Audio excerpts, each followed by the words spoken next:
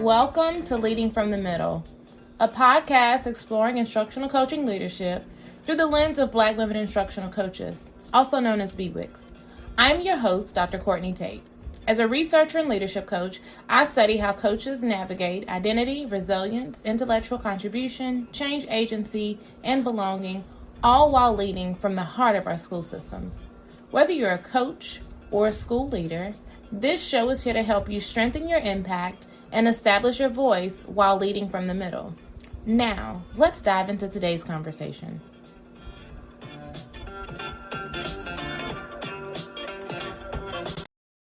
If you look at an organizational chart in most schools, the instructional coach is the dotted line, right? Instructional coaches are often seen as helpers or the extra set of hands in a building. But if we look at the actual workflow of a school, the coach is the central nervous system. They are leading without the title and the authority, and too often without recognition. Today, we're going to pull back that curtain on the invisible leadership of instructional coaches and define the 5 dimensions of how we actually move the work forward. Welcome back to Leading from the Middle. First, I want to say a huge thank you for your response to episode 1. It is more than I anticipated. And hearing from you all, especially my fellow BWICs, Black Women Instructional Coaches, in this work, it confirmed that this conversation is just not timely, but it is also critical. In the last episode, we talked about the middle space, really honing in on what it means to lead from the middle. But today I want to take that further. I want to name that the leadership that you all do, or I did as an instructional coach, often goes unseen. So we're moving from the what to the how by introducing the BWIC Leadership Framework. So I wanted to start out by having a mindset shift as we think about coaches, not as simply support work, but as leadership work. When we start to define instructional coaches as leaders or instructional leaders, we really have to think about shifting that mindset of coaches being seen as a helpful resource, when in reality, coaches are really doing the work of orchestrating the work of teaching and learning that's happening in the building. They're in classrooms, they're having conversations, they're guiding discussions for professional development, and that is critical to keep instruction moving forward and for students to be successful. We have to help shape and carry the instructional vision, but also recommend the professional learning that needs to take place or any shifts that need to happen when there is a change to curriculum to best align with standards. In an article I wrote, I referenced research by Numersky, 2013, that highlights that instructional leadership requires content expertise and the ability to make sense of school priorities. As an instructional coach, you are juggling the work of what the work is comprised of and how to actualize that work, while also balancing and navigating what are those school improvement plan goals? What's the continuous improvement work that's happening, and how do I make sense of those priorities and put it into action? This really aligns with Jim Knight's partnership principles, which reminds us that coaching is built on mutual respect and shared decision making. These are some of the foundational elements of leadership that centers the influence factor over just being compliant. And as I often say, instructional coaches are often the drivers of change, even when they're not named as leaders. But when you look at the work that instructional coaches do in a lot of buildings, I do say and I do consider instructional coaches to be instructional leaders. And so when you think about the weight of your role as an instructional coach, you influence teaching and learning across an entire building. Sometimes it's for particular grade spans, K2, 3, 5, 6, 8, 9, 12. Some folks have to do K5, so they're doing the whole span for reading, math, sometimes both. You are helping to shape instructional decisions being made in the school building in real time, sitting between the vision of administration and the reality of the classroom. You are holding both the why and the how. And if that is not leadership, I'm not really sure what is. So let's think about why this role is misunderstood, since it is such a critical role when used wisely in the building.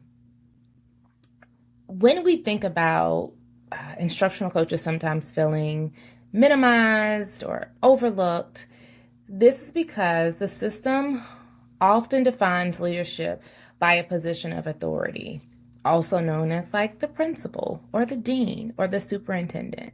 And so when leadership is only defined by a title, then we miss the opportunity to recognize the leadership that is taking place to help move the work forward that is from the vision of the principal or the superintendent. And so this misunderstanding can really be amplified for Black women. In my research, there seemed to be a theme of hypervisibility versus invisibility. When we think about that comparison, Black women were often seen as hypervisible when there was a problem to solve or a fire to put out, or when they wanted them to have relatability to another student of color. They thought that proximity was key, and they really honed in on BWICs then. But our intellectual contributions to high-level strategy were often rendered invisible. So when the conversations about instruction started to take place, a lot of times that's when the invisibility happened for our BWICs. So when we have our expertise just being seen as helpful rather than helping to lead the strategy, it can lead to role ambiguity, but it can also lead to burnout. And when I spoke with many of the BWICs for my interview, a lot of them were reaching the point of burnout, or I have to do something else next, or see how to adjust because I can't continue with this happening the way that it is. So when I think about all of that, and I think about just the instructional coaching role in general, and then I zoomed in to give you a little bit of a peek from the role of a BWIC, it really helps you to see some of the things that BWICs are navigating. I want to go a little bit deeper into reintroducing the BWIC Leadership Framework. I developed this framework because as I thought about my study with the lived experiences of Black women instructional coaches, these 5 themes emerged, and then I just adjusted them a little bit to turn them into these 5 dimensions. These are not just tasks or to-do lists. These really reflect how we lead and some of the things that we need to do or have in place in order to lead effectively. But also, these are themes that can be relevant to any instructional coach. And so I'll introduce the themes, but then I will also make sure that I highlight how this really resonated with my BWICs, because I want to be relevant to all instructional coaches. But there is a voice of Black women instructional coaches that really needs to be lifted. And I want to be the one to lift that voice up. So I'm going to provide you kind of an outline to really go through and talk about each of the 5 dimensions of the BWIC Leadership Framework. The first dimension is identity. This is about how you see yourself as a leader and how you navigate the shift from the classroom to the front office, quote unquote, right? And so you have to be able to find your leadership voice, how to be able to surmise what's happening, not just in one teacher's classroom, but to a grade span, to be able to speak the language as to this is what I'm seeing happening, these are the gaps, and this is the proactive step I'm going to take, or I would recommend that we take to move the work forward, or this is our stuck point. This is some professional learning that I would recommend that we do, or professional learning that I'm planning for this PLC for third grade that differs from what I'm planning for fourth grade based on those needs in real time. And so when you shift out of a classroom into an instructional coaching role, you're moving from thinking about just my bundle of children in my classroom to whole school impact. And how do we impact the whole bottom line that we're driving towards as a school? This identity really shapes how you show up and how others respond to your voice. And so you have to be careful as you craft your leadership voice and think about how to lead and lead in a way that is going to be impactful and effective, where you are in the middle, right? So you're not positioning yourself as the end all be all. You are a thought partner. You are there to work with teachers to help them to grow in their craft, but you're also there to lead them effectively in next steps, help them to see some options that they may have as they navigate the work. In my research, this was called out as redefinition of self. BWICs found themselves constantly having to redefine their role.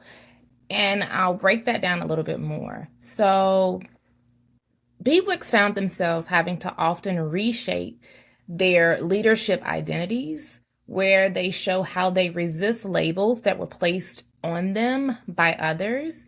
And instead, they had to define who they are and how they lead, taking control of a narrative to establish their presence as leaders. When they didn't do that, oftentimes their leadership was overlooked.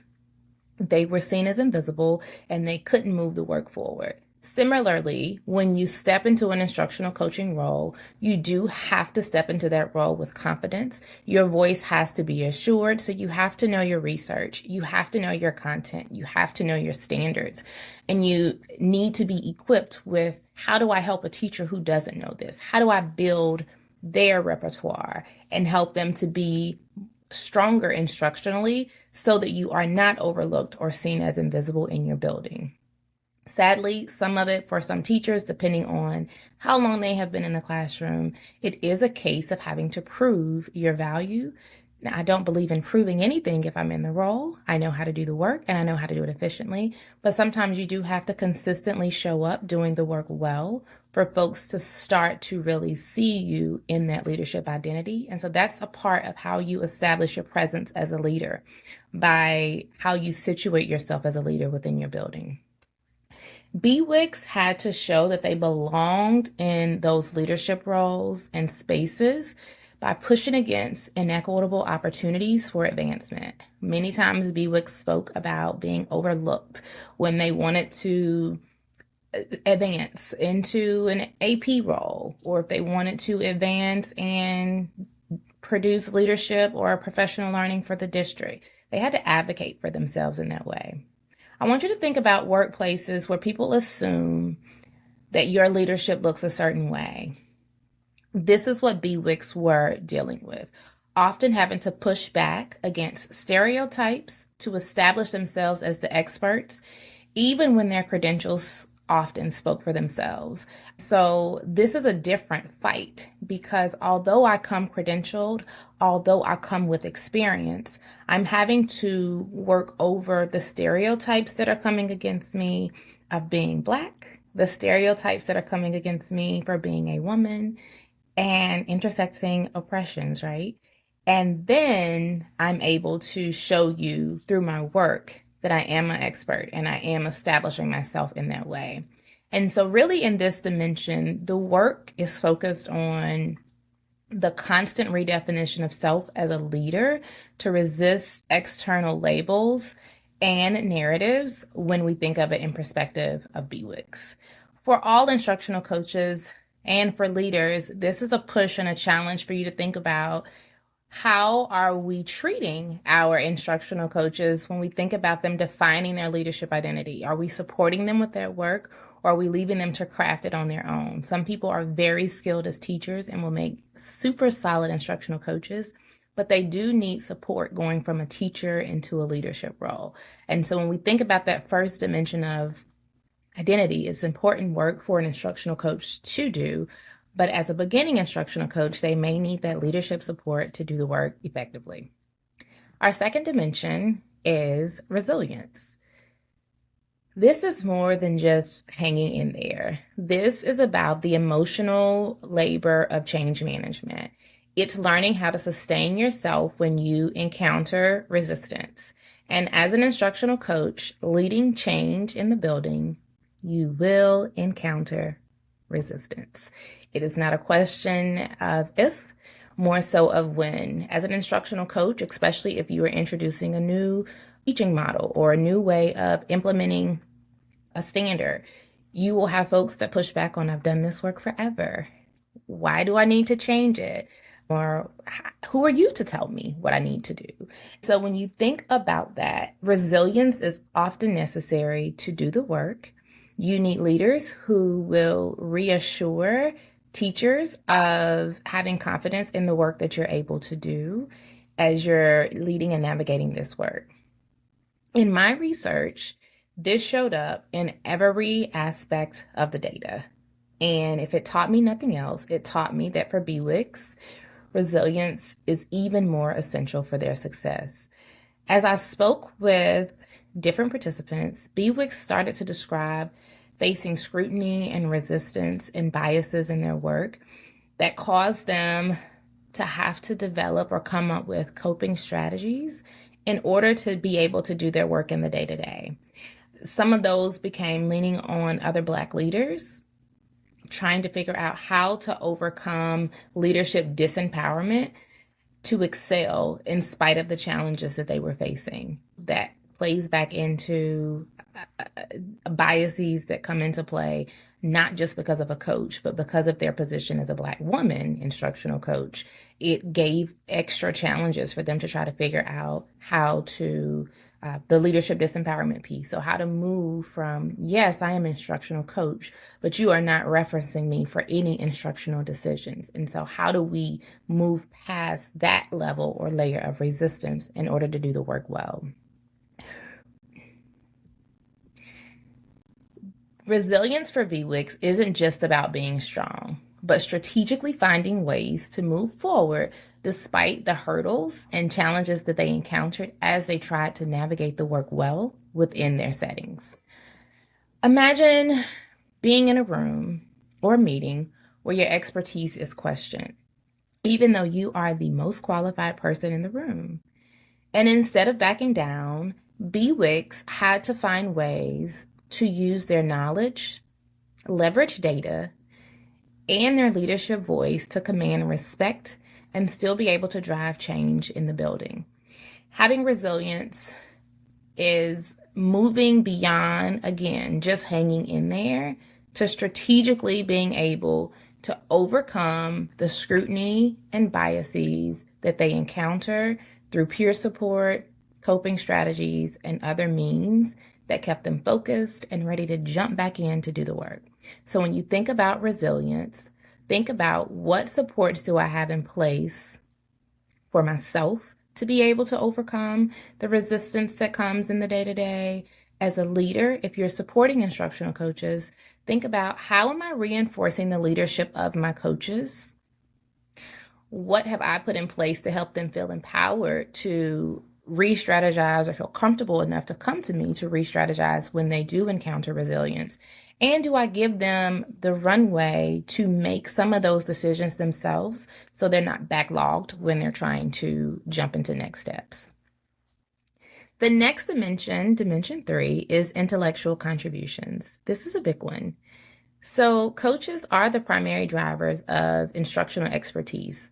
Principals and school leaders are also instructional leaders, but they have so many layers that they focus in on that they really do turn to their instructional coaches to be on top of best practices and research and things of that nature.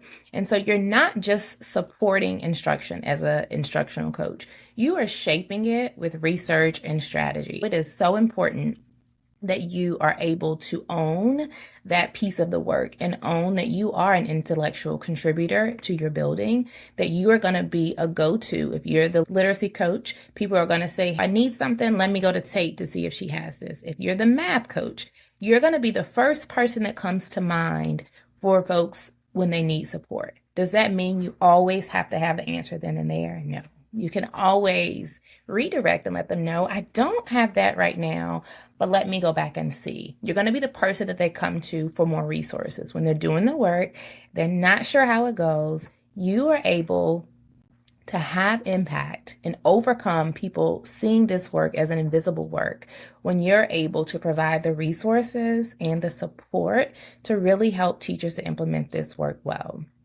Within my research, BWICs often felt more limited than their peers because their experiences showed that their intellectual contributions were not valued the same as their peers in many instances.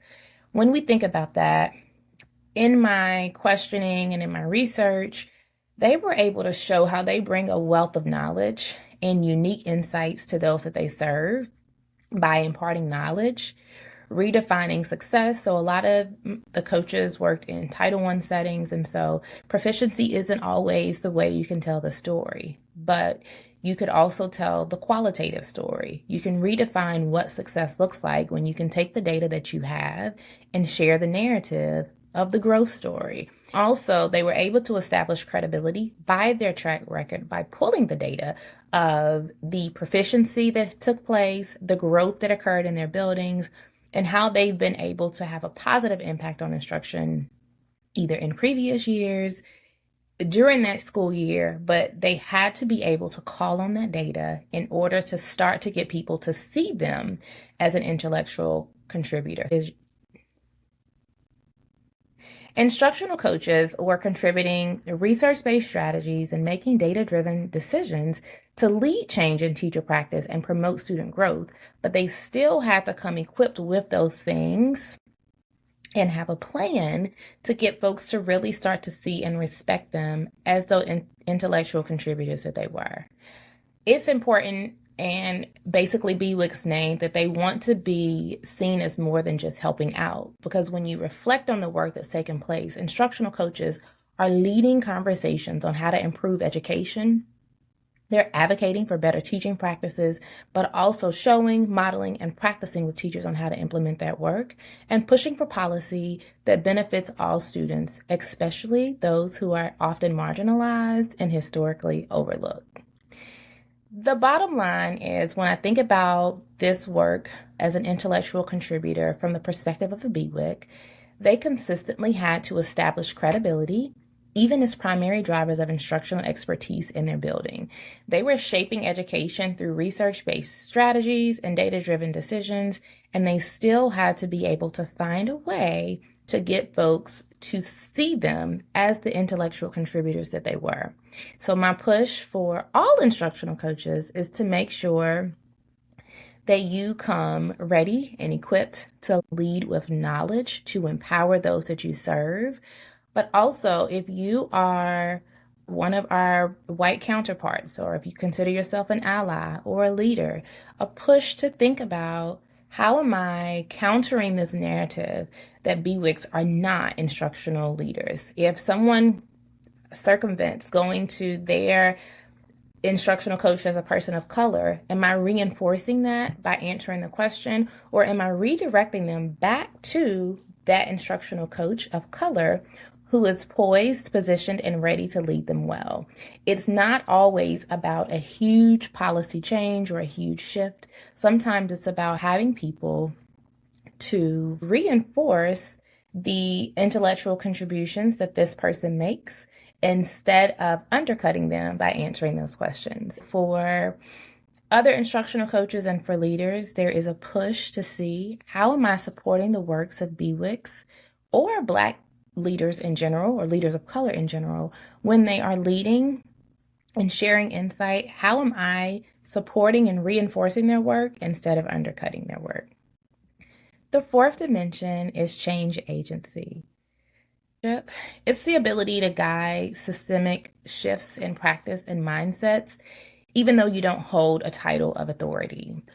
When we think about that work, being a change agent, when you see something, you say something. And that might not impact you directly, what you see, but you see that there is an injustice, or an inadequacy that's taking place is having an impact on others, whether it's other teachers, students, coaches, whomever in your building or in your space, and you're thinking of how can I stand up and be an advocate for change in this space? How can I coach in a way that helps to shift mindsets and shift practices so that we're making sure all students are being called on, all students are being given opportunities within a classroom setting, all students are being offered the same types of courses? It's really being able to advocate, and sometimes you use the data to help you to advocate for those that you serve. History shows that Black women have always played a critical role in education. And to date, BWICs continue to serve as change agents within education. In my research, BWICs consistently served as advocates not only for themselves, but for others, even in the midst of their dissatisfaction with how they were being treated in their role.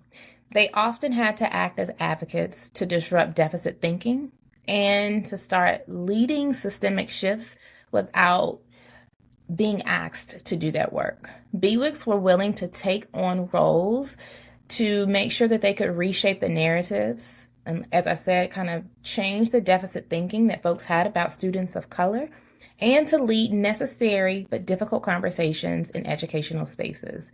BWICs were willing to put themselves out there to lead and navigate conversations that others often don't feel comfortable having, because if no one's having the conversation, then no one's making a change for our students of color, for our leaders of color, or for our teachers of color, and someone has to be willing to take a stand. I want you to think about a workplace where certain employees are consistently overlooked for promotions or leadership roles. Instead of just accepting it, something that BWICs were able to do was challenge these norms and push for representation and open doors for others.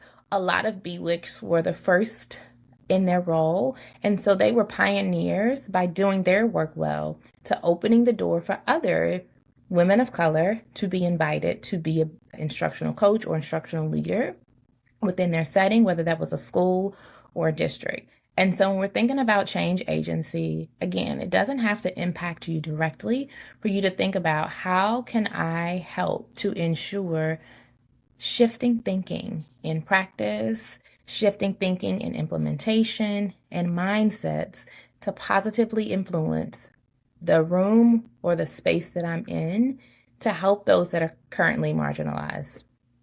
The fifth and final dimension is community and belonging. We all know that we desire and want to be a part of community in some way. Coaching is relational work. You're building relationship, you're building rapport with those who you coach each and every day. Trust is a huge factor when we think about coaching. This dimension is really about creating spaces where teachers can grow while also finding personal networks that help you grow and keep you whole and sustain you. You want to have community with your teachers where they feel comfortable coming to you if they can't do something well. They feel comfortable when you're in their classroom to ask for help. At some point, I'm sure we'll discuss this, but it is so important to have that safe practice when you build that community and to maintain trust. And as a coach, that can be tricky because you're navigating not breaching the trust of those you're coaching, but giving administrators enough information in order for them to move their work ahead.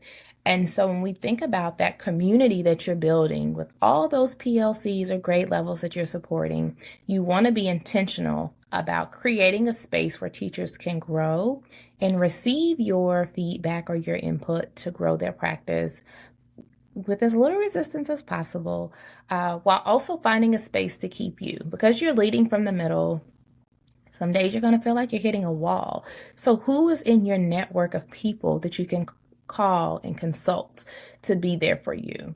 In my research, this was a very clear need for overcoming feelings of being unseen and isolated as a BWIC in this work. A sense of belonging was something that they lifted as critical, because when they were often one of few or the only Black woman in leadership spaces within their school or district, it was very lonely to navigate the work. So not only are they leading from the middle, but they're leading from the middle and they're the only Black woman in the space. And they're being overlooked in the space that they're in. Many times they would talk to principals, district leaders, superintendents who've already been in this space, and that community provided a safe space for them to share experiences, to walk through how they overcame or ideas for this BWIC to overcome so that they can thrive in their work. When you're the only person of your background in a professional setting, it can really feel like your experiences are not understood. And so BWICs were able to combat this by finding mentors, creating their own safe spaces, and building networks to ensure that not only they, but future generations could feel valued, seen, and heard within their roles.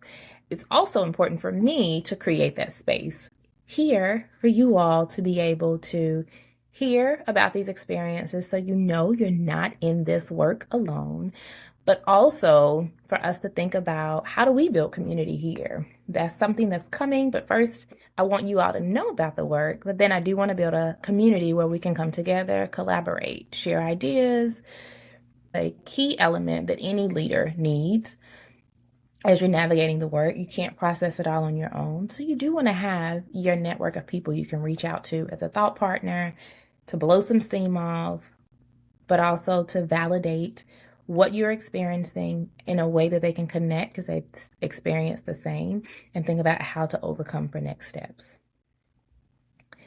So by now, you heard the 5 dimensions. You may be wondering why this framework matters. And I'm going to be very brief and concise as I say this. When we name leadership from the perspective of an instructional coach, we can finally support it. This framework isn't just for us as coaches. It's a tool for districts and principals to understand that the invisible value is sitting right in their buildings. It validates the struggle, but most importantly, it sets a foundation for growth and sustainability to happen as you're navigating the work. It is my hope that as we look at these 5 dimensions that really talk about the work that you're doing and how you show up and how you support teaching and learning in your building each and every day, it starts to shift the mindset of those who are working alongside you and how you are a big contributor in the space that you're in. So as I wrap up today, I want to leave you with a reflection. And I want you to think about what part of your leadership feels most invisible right now. If you're a coach, identify which of these 5 dimensions you want to strengthen. If you're a leader and or an ally, ask yourself, which of these areas are you actively supporting in your coaches, or can you reinforce for your peers if you're an ally that's an instructional coach? In our next episode, we're going to go a little deeper into Dimension 1, identity. We'll talk about what it looks like to lead while being seen and unseen at the same time. I'm Dr. Courtney Tate, and I'll see you in the middle.